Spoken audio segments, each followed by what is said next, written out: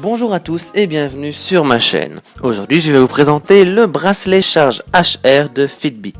Alors je l'utilise tous les jours maintenant depuis plus d'un mois je pense. Et pour un bracelet connecté, croyez-moi, il est pas mal du tout.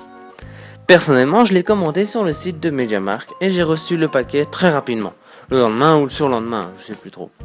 Donc voilà la boîte où nous avons à l'arrière quelques informations sur les fonctionnalités du bracelet.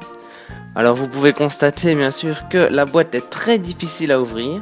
Mais bon, si on n'y tient pas trop, c'est pas grave d'arracher le truc comme je l'ai fait. Alors à l'intérieur, vous trouverez le bracelet, évidemment, sur un petit socle en plastique. Également un petit dongle USB pour synchroniser le bracelet avec un PC.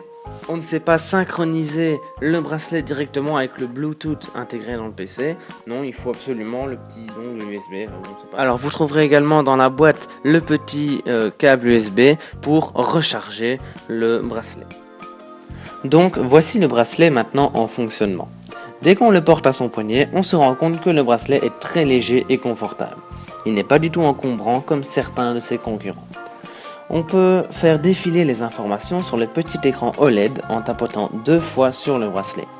Par défaut, nous avons l'heure qui s'affiche, puis le nombre de pas effectués dans la journée, les battements cardiaques, les kilomètres parcourus, les étages gravis et les calories brûlées pour revenir enfin à l'heure. Il y a également un petit bouton sur la gauche de l'écran qui nous permet de réaliser les mêmes manipulations, donc les pas, les battements, les kilomètres, les étages et les calories.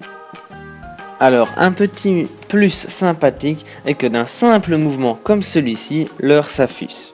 Ce qui est très pratique pour l'utiliser en tant que montre, car c'est un mouvement naturel du bras lorsqu'on veut regarder l'heure. Le capteur va comprendre ce mouvement et va nous afficher l'heure automatiquement. Donc on ne devra pas appuyer sur le bouton ou taper dessus pour voir l'heure. Alors pour la tâche, il s'agit d'une fermeture, tout ce qu'il y a de plus classique, ce qui permet de l'enlever et de le remettre très facilement, par exemple pour le recharger ou pour aller nager. Car oui, malheureusement, le Fitbit ne résiste pas beaucoup à l'eau. Il résiste aux éclaboussures, donc ça c'est ce qu'ils disent sur le site, mais s'il est immergé totalement, on risque de le casser, ce qui est un peu dommage par rapport à la concurrence. Alors on voit au verso du bracelet le capteur cardiaque. Ce sont ces petites lampes vertes que l'on voit là.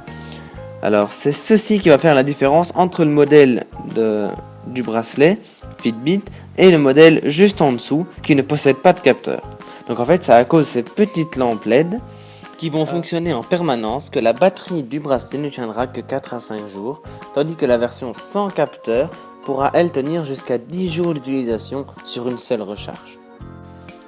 Comme tout objet connecté qui se respecte, le bracelet se connecte via Bluetooth à n'importe quel smartphone grâce à l'application dédiée qui est disponible sur l'App Store ou le Play Store.